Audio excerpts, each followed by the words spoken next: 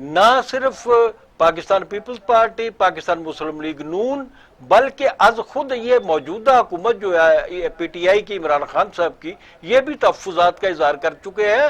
نہ صرف یہ تین بڑی سیاسی جماعتیں عدم اعتماد کا اظہار کر چکی ہیں، بلکہ سپریم کورٹ آف پاکستان بھی کئی دفعہ ہم نے ریمارکس دیکھے ہیں ان کے بارے میں۔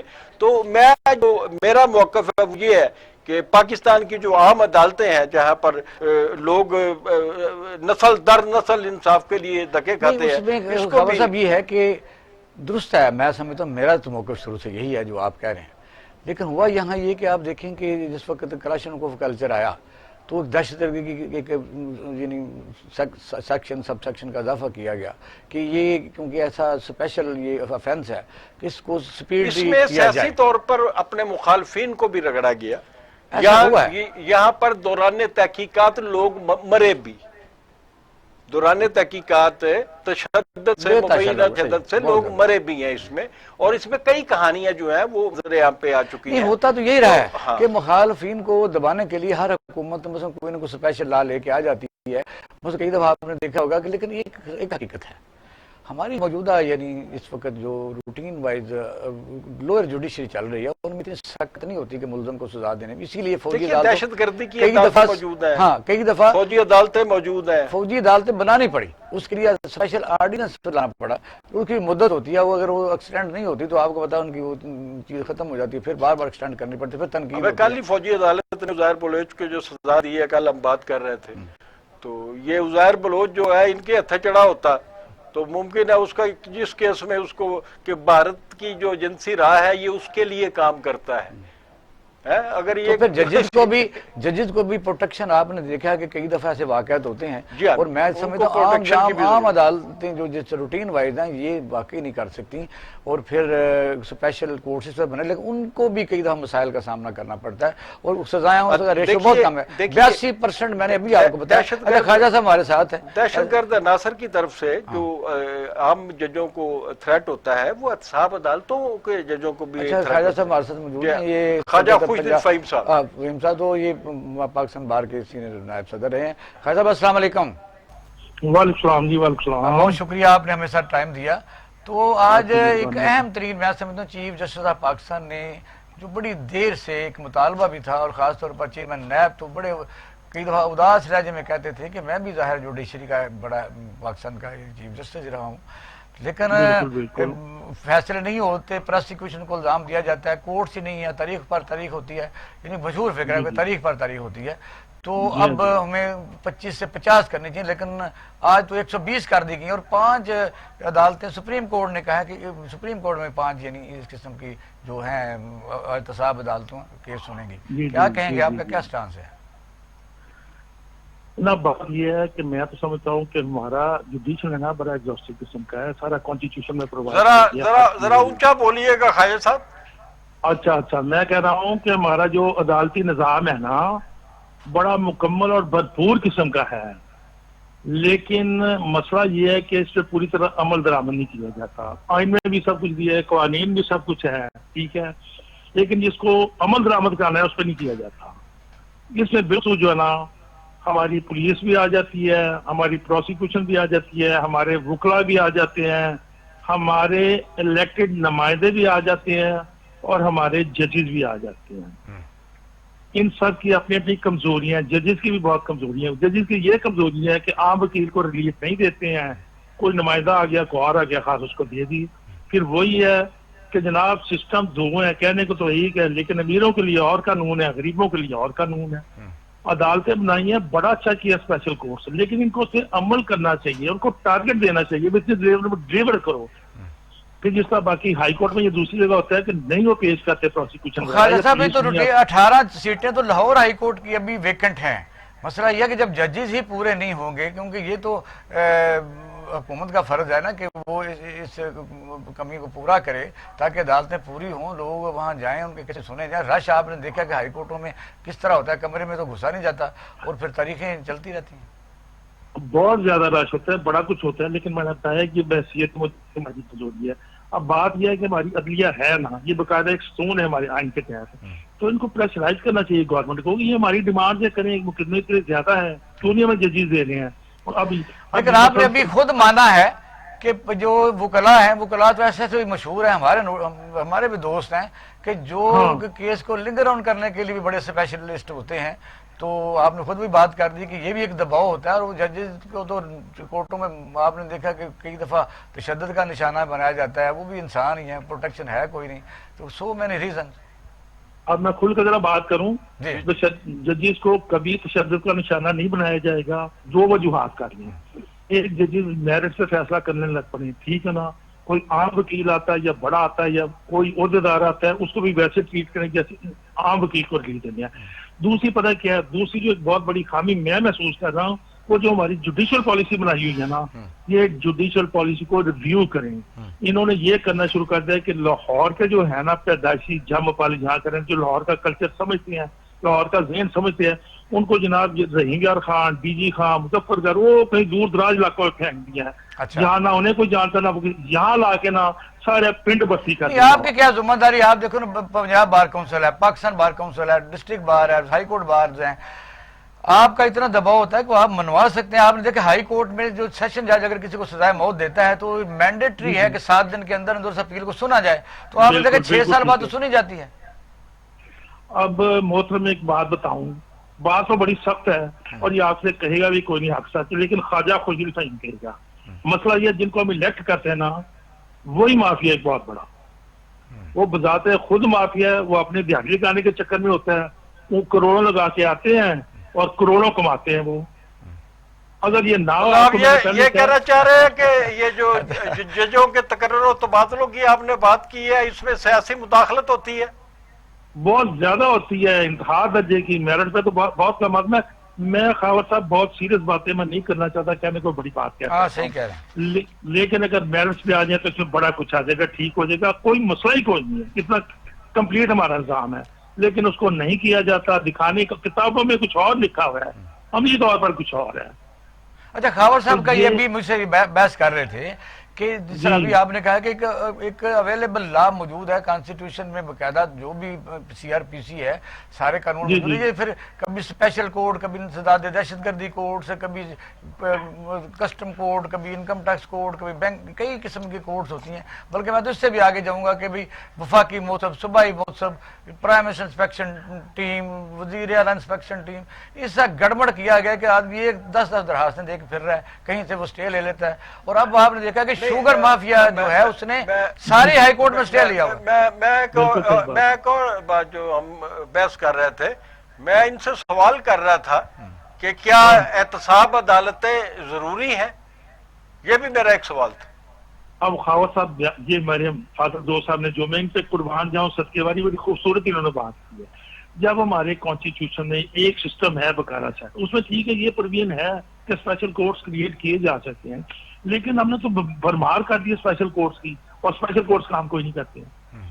کر دی ہے ان کا، لیکن پرفارمنس کوئی نہیں. اب ڈال دیتے ہیں جناب یہ جو پروسیکیوشن ہے وہ نہیں کرتی، ان کے وکیل نہیں کرتے، فلاں پٹ نہیں کرتے، اپنی جگہ پہ ہے. لیکن یہ چاہے تو سب کچھ کروا سکتے ہیں، کوئی مسئلہ کوئی نہیں ہے، پوری طرح اگر زور لگائیں. میں ذاتی طور پر سمجھتا ہوں کہ ہمارے جو عام ججز ہیں، جس طرح ڈسٹرکٹ اینڈ سیشن ججز ہیں، ایڈیشنل ڈسٹرکٹ اینڈ سیشن ججز ہیں، ان ایک اور بات ہے صاحب، ایک اور بات میں کر دوں، بڑی بات عجیب سے ہے. انہوں نے جو جوڈیشل اکیڈمی کھولی ہے نا، جوڈیشل اکیڈمی کا جنہوں نے عجیب قاعدہ قانون بنایا، میں ذاتی طور پہ سمجھتا ہوں اس میں اچھے سینئر وکلا سے لیکچر دلوانے چاہیے تاکہ ان کو پتہ چلے جو ادھر بیٹھے ہیں کہ ادھر کی کیا سوچ ہے. لیکن آپ کی ماتحت عدالتوں میں خاص طور پر جو کچھ ظلم ہم دیکھتے ہیں، میں نے بہت ماتحت عدالتیں جو ہیں ان کو واچ کیا ہوا ہے. اور آپ کو یاد ہے جب آپ بہت ایکٹیو ہوتے تھے سیاست میں، تو میں تو روزانہ آیا کرتا تھا، آپ کے ہائی کورٹ میں بھی آتا تھا ڈیلی، اور آپ کی ماتحت عدالتوں، آپ کو یاد ہے نا وہ زمانہ. تو میں نے بہت کچھ اسٹڈی کیا ہوا ہے وہاں پہ. مثال کے طور پر میں ایک بندے کی ضمانت کرانے کے لیے گیا، مجھے ایک گھنٹہ میں لیٹ ہو گیا. جب میں لیٹ ہو گیا تو میں نے دیکھا کہ وہ میرا جو بندہ جس کی میں ضمانت کرانے گیا تھا، وہ یہ پولیس والوں نے کوئی ٹریفک کا چالان کیا تھا یا اس ٹائپ کا کوئی چکر تھا، اس کو پیش کیا گیا تھا جس کی ضمانت آسانی سے ہو سکتی تھی. تو جب میں گیا تو وہ سپاہی جو ہے وہ اس کو ہتھکڑی لگا کے پولیس کی گاڑی میں بٹھا کے جیل لے جا رہے تھے. تو میں نے کہا یار آئی ایم سوری، میں لیٹ ہو گیا ہوں.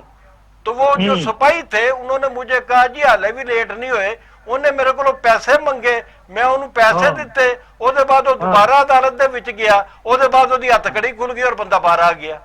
اے پولیس اور متحد عدالتاں دا کی شاہ جی بات پتہ ہے بڑی باتیں ہیں, پتہ ہے کہ آپ نے تو ڈائریکٹ بات کر دی ہے, صحیح کہہ رہے ہیں حسن القاعدہ صاحب, یہ باتیں ان کہیں بڑی زیادہ ہیں. لیکن ہم چونکہ موضوع سے پھر اگر ہم ڈیبیٹ کی طرف چلے جائیں گے تو خواجہ صاحب آپ کیا یہ سمجھتے ہیں, کیونکہ سندھ میں 82% جو اکیوزڈ ہیں وہ بری ہو گئے ہیں, اچھا ود ان پیریڈ وہاں فیصلے نہیں ہوتے, پھر یہ ہے کہ آپ کے سامنے کہ عزیر بلوچ ٹائپ لوگ 10-12 سال کے بعد ابھی تک جی آئی ٹی پر ڈسکشن چینل کیے جا رہے ہیں, اگر جی آئی ٹی آ بھی گئی تو کل کو پروسیڈ ہوگا عدالتوں میں, عدالتیں نئے ایویڈنس کے پر سزا دیں گی, وہ جی آئی ٹی مینڈیٹری ضروری نہیں کہ اسی جو لکھا ہے اسی پر وہ سزا دے دے, یہ گورکھ دھندا بنا ہوا, اس کو کب سیدھا ہوگا؟ یہ سیدھا بیانت اچھے ہیں.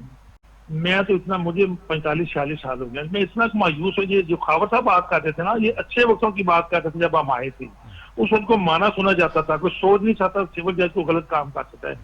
اب تو جناب بڑی بڑی آئے, کوئی مسئلہ ہی کوئی نہیں کسی کو کا.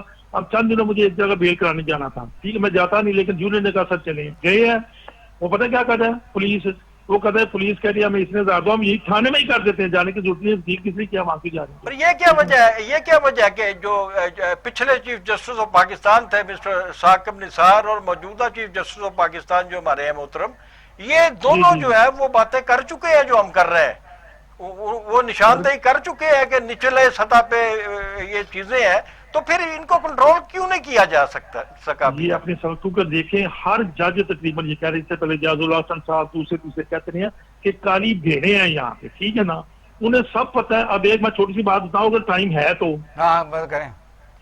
ہائی کورٹ آرڈر کر رہا ہے, ایک اسٹے کر رہا ہے, نیچے کی پروسیڈنگ سسپینڈ کر رہا ہے, ٹھیک ہے, کہ یہ میں سیٹ اسائڈ کر دیا آرڈر سول جج کے ایڈیشن کی, ٹھیک ہے. وہ سول جج صاحب باقاعدہ پولیس بھیجنے ہیں, باقاعدہ بیل بھیجنے کہ میں کوئی پرواہ نہیں کرتا, ہائی کورٹ کی جاؤ جا کے قبضہ لے لو, ٹھیک ہے جی. نتیجہ کیا ہوا کہ ایک تھانے دار مارا گیا اس قبضے کے چکر میں, کیونکہ پارٹی کے پاس اسٹے تھا. اور جج صاحب, اور پھر مزے کی بات دیکھنا ساتھی جو بات ہے, ہائی کورٹ کو یہ شکایت کی گئی, باقاعدہ لکھ کے کی گئی کہ جناب یہ دیکھو آپ کے جج صاحب نے آپ کے آرڈر کو 2 ٹکے کی کوڑی کی اہمیت نہیں دی ہے, ٹھیک ہے. آگے سے وہ انہوں نے انکوائری افسر جس کو مقرر کیا, وہ پتہ کیا ہمیں کہتے ہیں جی اے آر ڈی میں بھیجتے ہیں آلٹرنیٹ ڈسپیوٹ سسٹم, آپ کی داخی نہ منع کرا دیں. جیسے میں نے کہا ہمارا جھگڑا ہی کوئی نہیں ہے, ہمارا کیا جھگڑا, بیسی تو ہائی کورٹ کی ہوئی ہے. صاحب لاسٹ کوشچن آپ سے کرتے ہیں, اس میں ایک تو یہ ہے کہ کیا جب ہم کہتے ہیں کہ وکلا, چونکہ وہ خود ایک ان کے کلائنٹ ہوتے ہیں, ان کے پاس بڑے کیسز ہوتے ہیں, وہ خود عدالت پیش ہوتے ہیں, پھر یہ ہے پاکستان میں خاص طور پر انہی کو ہی جج مقرر کیا جاتا ہے. ایک تو اس سوال کا جواب دے دیں. دوسرا, جب اوپر سے کہتے ہیں کہ ود ان 2 منتھ فیصلہ کریں, میں نے تو کئی فیصلے ایسے دیکھے ہیں 2 مہینے میں سول جج فیصلہ کرے, وہ بھی 6 مہینے لنگر راؤنڈ ہوتا رہتا ہے, اس پر کیا کہیں؟ وہ آپ 6 کہتے ہیں, یہاں 6 سال میں پرواہی کو نہیں کرتے ہیں, کیونکہ یہ جو ڈائریکشن کرتے ہیں نا, تو ساتھ لکھا ہے act in accordance with law, یہ لکھا جو کچھ کرو, ٹھیک ہے. اب وہ جیسا کہتے ہیں میرے پاس ٹائم ہی نہیں ہے, میرے پاس مقدمے اتنے, میں نہیں سن سکتا کوئی نہیں. سوال یہ بھی ہے نا, ایک سوال یہ بھی ہے جو ابھی اقبال شاہد صاحب آپ سے بات کر رہے ہیں, وہ ایک سوال یہ بھی ہے کہ آپ سب لوگ نیچے سے لے کے, آپ جیسے دوستوں سے, بار ایسوسی ایشنوں کے لوگوں سے لے کے اوپر چیف جسٹس آف پاکستان تک جن چیزوں پہ علم رکھتے ہیں, مثال کے طور پہ آپ کہتے ہیں جی کہ وکلا برادری میں بھی کالی بیڑے ہیں, یہ آپ کہتے ہیں تو یار یہ آپ کی جو ایسوسی ایشنیں ہیں تو ان کالی بیڑوں کو احتساب کیوں نہیں کرتی؟ یہ بڑا خیر صاحب کا جواب دیں گے, لیکن سب کو پتا ہے کہ جب مسلم لیگ اپنے کیس کے علاوہ بھی جا کے سپریم کورٹ کہتے ہیں جی یہ بھی نہ کرو. آپ کل پرسوں کا دیکھ لیں کہ جس وقت قاضی جسٹس صاحب کا کیس لگا ہوا تھا, تو وہ کیس ہو نہ فیصلہ ہو جائے قاضی صاحب کے حق میں, کوئی بات نہیں, لیکن باہر نکل پریس کانفرنس کون کر رہے تھے, عہدیدار کر رہے تھے نا. تو پھر 24 اگر کیمرہ بند کرتا تو پھر کون ان کو ٹیک دے رہا تھا, شکیل الرحمان صاحب کو کون دے رہا؟ بھئی یہ تو اپنے ڈومین سے بھی, یہ بھی تو باہر نکلے ہوئے ہیں نا. سوال میں ان سے یہ کہتا کہ کیا وکلا سے جج بننے چاہیے؟ بات پتہ سنیں, میرا ذاتی رائے ہے کہ وکلا سے جج بننے چاہیے, لیکن میرٹ سے بننے چاہیے اچھے جج ہوں گے. بہت شکریہ خیر صاحب, بہت مہربانی ہے, آپ نے ہمیں ٹائم دیا. انشاءاللہ آپ سے ملاقات ہوتی رہے گی. خابر ماشاءاللہ خیر صاحب بڑے سوالوں کا جواب دینا چاہتے تھے، لیکن آپ نے دیکھا کہ پھر کچھ قدغنیں ہوتی ہیں، کچھ روایات وہ ہوتی ہیں، چونکہ جانتے ہیں چیزوں کو، انہوں نے بہت ساری چیزیں روکے رکھی ہیں، روکے رکھی ہیں، تو ان کی مہربانی ہے، لیکن انہوں نے بڑا کمپریہنسو جواب دیا ہے، بات سمجھ ہمیں لگ گئی ہے۔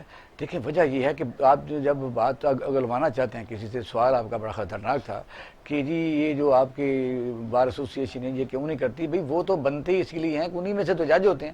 میں اگر نام گنوانا چاہوں تو میں لسٹ آپ کو دے دوں، اور وہ باقاعدہ کیسز ان سے پہلے ان کے چیمبروں میں کیس ہوتے ہیں، اور پھر ہماری گفتگو کا جو میرا خیال ہے حاصل ہے اقبال شاہ صاحب، وہ یہ ہے کہ سیاسی مداخلت جو ہے یہ ایک بہت بڑا کرائم ہے اس سارے معاملے میں، اور سیاسی بنیادوں پر ججوں کی تعیناتیاں، اس کا میں خود ایسا ہی ایسا ہی نام بھی لے سکتا ہوں، مثالیں بھی بتا سکتا ہوں آپ کو، ٹھیک ہے یا نہیں؟ بہت زیادہ آئے ہیں۔ تو یہ جب چلو سیاسی مداخلت عدلیہ میں ہوتی ہے تو عدلیہ میں مسائل پیدا ہوں گے۔ اس کو کوئی شعر پر کرتے ہیں کہ جو بدلنا ہے طریقہ ہے میں کشی بدلو، ورنہ ساغر و مینا بدلنے سے کچھ نہیں ہوگا، جب تک اچھے لوگ نہیں آئیں گے۔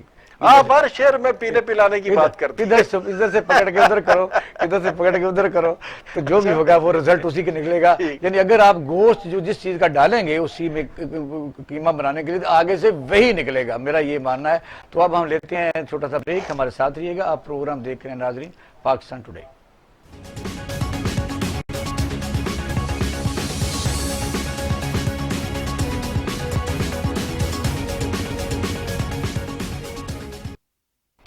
ویلکم بیک ناظرین۔ خبر میں اشرف کی بھی خطرہ ٹلا نہیں، یعنی کرونا وائرس کا، اور 5000 جانیں ہم گنوا چکے ہیں۔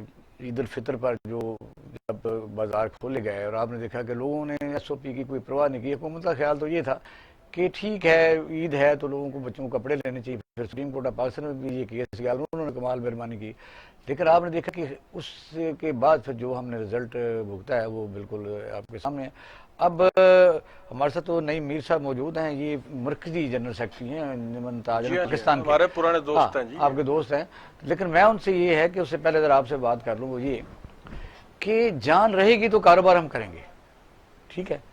یہ کیا کہنا چاہتے ہیں اپنا نئی میر صاحب؟ السلام علیکم جی وعلیکم السلام، اور خاور صاحب کو بھی خاص طور پہ جی میرا السلام۔ کیا حال چال ہے سر؟ نہیں تو ٹھیک ٹھاک ہیں؟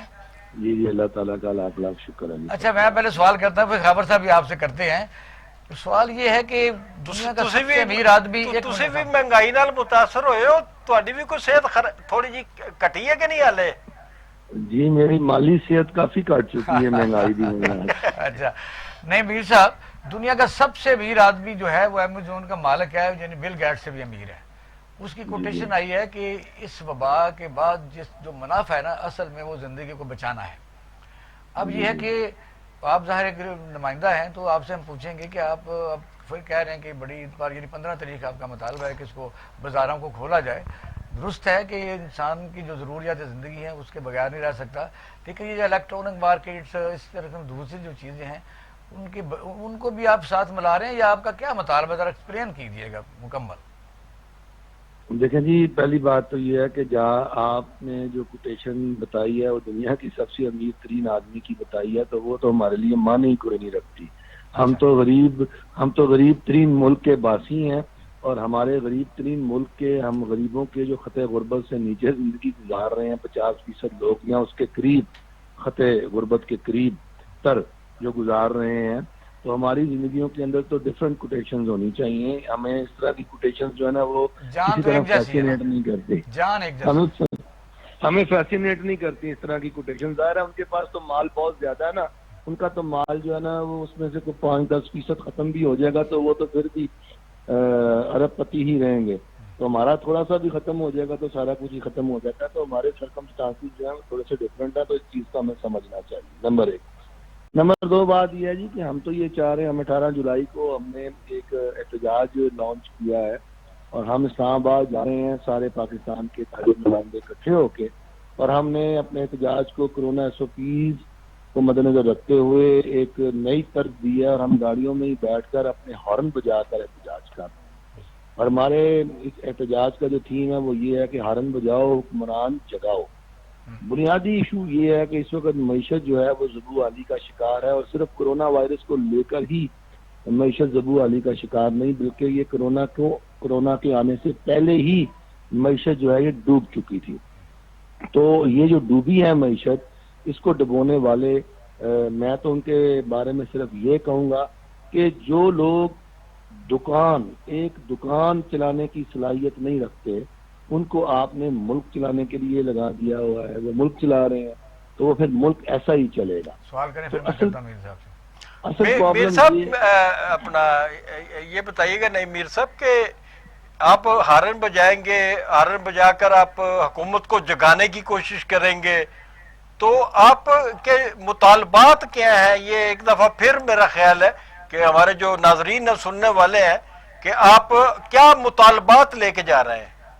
دیکھیں جی، پہلا تو بنیادی مطالبہ یہ ہے کہ اس ملک کے اندر جن بھی کاروباروں کو بند کیا گیا ہے، چاہے وہ شادی ہالز ہیں، چاہے اسکولز ہیں، چاہے آپ کے سنیما گھرز ہیں، چاہے آپ کے ہوٹلز ہیں، ریسٹورنٹس ہیں، ہم سمجھتے ہیں کہ ہر کاروبار کو، چاہے وہ سیاحتی ادارے ہیں، ان کے لیے جو ہے وہ اتنے عرصے کے اندر جتنا عرصہ ہم بتا چکے ہیں، اتنے عرصے کے اندر ایس او پیز جو ہیں وہ فارمولیٹ ہو جانے چاہیے تھے، اور ان ایس او پیز کے مطابق ان کاروباروں کو کرنے کی اجازت ہونی چاہیے تھی. کیوں؟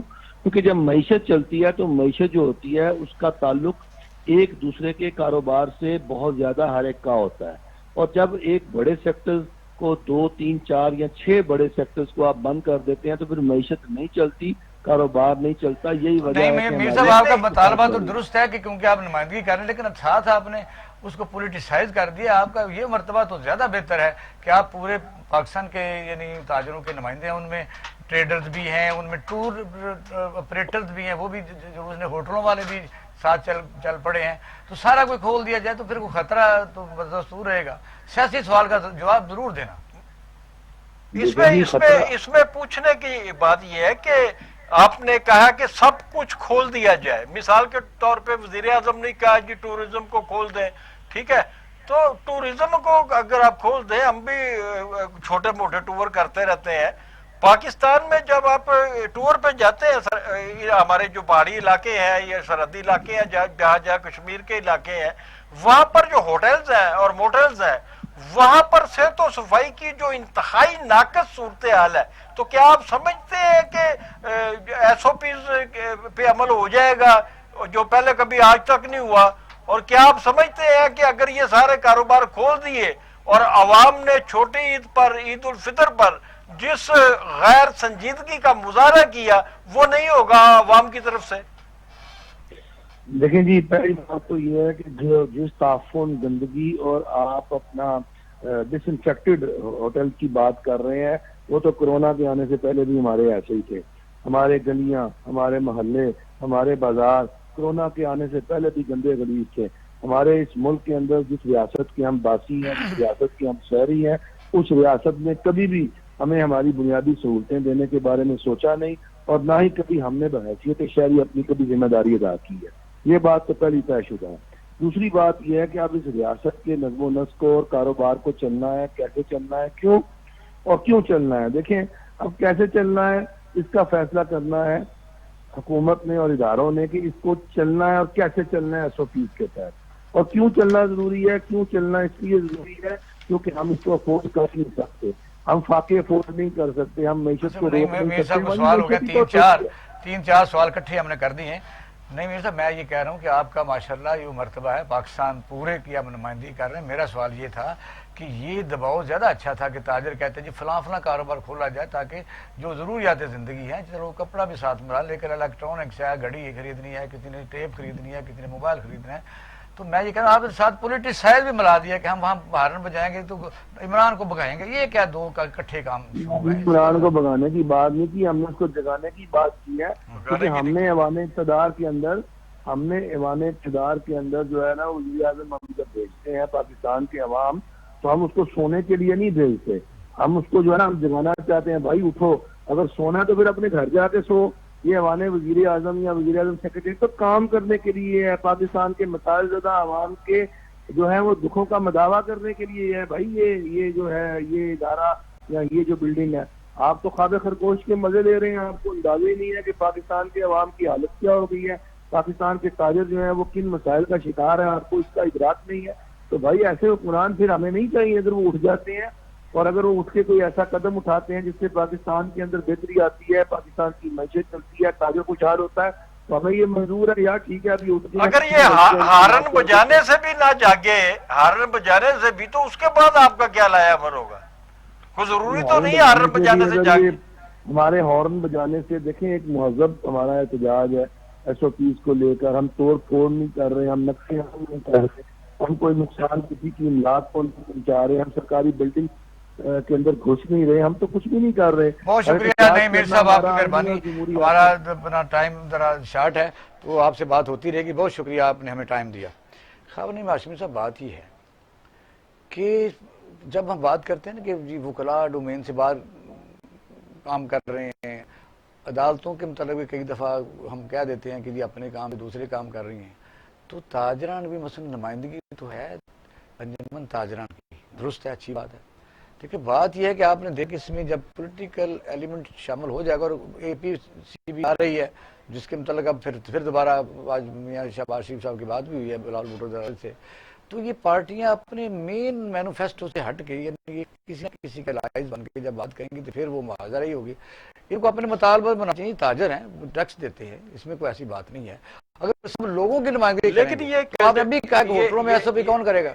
یہ جو کلچر ہے نا، یہ مثال کے طور پہ آپ صرف تاجروں کی بات لے لیں کہ جو تاجر تنظیمیں ہوتی ہیں ان کے بھی مختلف سیاسی جماعتوں سے ہوتا ہے نا یہ، لیکن یہ صرف پاکستان میں نہیں ہوتا، یہ امریکہ میں بھی ہوتا ہے، یہ دوسرے مہذب ملکوں میں بھی ہوتا ہے۔ فنڈنگ جو ہے وہ تاجر ہی کرتے ہیں، یہ بڑے سرمایہ داری کرتے ہیں، فنڈنگ کرتے ہیں، تو یہ انٹرنیشنل ایک میرا خیال ہے۔ اب پھر ایک اہم شخصیت کو یاد کرتے ہیں، کیونکہ یہ کہتے ہیں کہ جانے کب ہوں گے کم اس دنیا کے غم، یہ تو چلتا رہے گا کیونکہ ہر آدمی کا اپنا سٹانس ہے۔ ایکسپائری ڈیٹ، میں انجمن تاجروں کے متعلق میرا یہ ماننا یہ ہے، اور کسی بھی ایسوسیشن کا، کہ وہ معیار کو بہتر بنائے۔ اچھا میرا ماننا یہ ہے کہ ایسوسیشن اس لیے بنتی ہیں کہ سٹینڈرڈ کو بہتر کیا جائے۔ جو لوگ ملاوٹ کرتے ہیں، بلا وجہ مہنگائی کرتے ہیں اور اس طرح کی دوسری حرکتیں کرتے ہیں، ان کو باز رکھا جائے، یعنی تنظیموں کے اندر ان کا ایک محاسبہ کیا جائے، نہ کہ ہر قسم کے حقوق کا تحفظ کیا جائے۔ اگر اس نے اپنے موٹر سائیکلوں کے سامنے سٹینڈ بنایا ہوا تو تب بھی پروٹیکشن، آگے دکان کے آگے دکان بنی تب بھی پروٹیکشن، پکڑے گئے تب بھی پروٹیکشن، ملاوٹ ہے تب بھی پروٹیکشن۔ یعنی تنظیموں کا مطلب تو سویلائز معاشرہ میں یہ خیال ہونا چاہیے خواجہ نعیم ہاشمی صاحب کہ اس کو بہتر کیا جائے، نمائندے میں، لیکن یہ جہاں تو جس طرح آپ نے کہا پولیٹیسائز ہی ہوتا ہے، کیا کیا جائے، دوسرے بدلے، میں نہیں بدلنا۔ ایسا ہی ہے، چل دیکھتے رہیے، آگے آگے دیکھیے ہوتا ہے، میں نہیں بدلنا، سارے بدل جائیں اور دھڑلے سے پروٹیکشن کرتے ہیں، تو اب معاشرہ قابو ہتھے چڑھا ہوتا ہے۔ جو غریب آدمی ہے وہ اس کا کوئی فورم نہیں ہے، بلکہ میں تو کہتا ہوں کہ پورے پاکستان میں یہ تحریک ہونی چاہیے۔ ہاں جی ڈاکٹر قیاض اسلم صاحب، السلام علیکم۔ وعلیکم السلام سر، کیا حال ہے؟ بہت شکریہ ڈاکٹر صاحب، بڑی دیر بعد آپ نے ہمیں ٹائم دیا ہے، مہربانی۔ تو آپ جب کہیں سر گیلپ سروے آیا ہے کہ اس کے دوران، یعنی ظاہر ہے وائرس تو ہے، لیکن اس کے دوران جو لاک ڈاؤن ہوا، مختلف قسم کے لاک ڈاؤن ہوئے کبھی نہ ہوئے، پھر عید آئی، اس میں یہ کہتے ہیں کہ ان دنوں میں 33% لوگ متاثر ہوئے ہیں مہنگائی سے، بڑھ گئی ہے مہنگائی۔ اس کو ایکسپلین کریں کہ یہ جو بات ہے یہ کس حد تک درست ہے؟ دیکھیں جی، دو تین ایشوز بڑے کئی حد تک 100% کریکٹ ہے۔ بات یہ ہے کہ ایک طرف تو آپ کی سپلائی چین جو ہے وہ بڑی سیریسلی متاثر ہوئی ہے، مختلف چیزوں کی پروڈکشن متاثر ہوئی ہے، اس کی ٹرانسپورٹیشن متاثر ہوئی ہے، ڈیمانڈ لوگوں کو کھانے پینے کی چیزوں کی ہے۔ دوسری طرف آپ کی جو ان پٹس ہیں، پیٹرول پرائسز ہیں، وہ نیچے آ کے پھر بہت بڑی ہیں، آپ کی ان پٹ پرائسز کم نہیں ہوئی۔ تو اور تیسری طرف جو ہے وہ جو میکنزم ہے پرائس کنٹرول کا، سینٹرل بینک کا، اسٹیٹ بینک کا بھی، اس میں بھی اب آ کے وہ کمی کر رہے ہیں۔ دو تین مہینے پہلے تو وہ تو تینوں چاروں چیزیں جو ہیں وہ اس ملک میں، ہاں جب بھی کرائسس آتا ہے امیر آدمی پیسے بناتے ہیں، تو یہ کرائسس آتا ہے تو یہ بات صحیح ہے کہ یہ 33% کے قریب، 30% کے قریب چیزوں کی قیمتیں بڑی ہیں۔ ڈاکٹر صاحب بات خواجہ نعیم ہاشمی صاحب آپ سے سوال کر رہے ہیں۔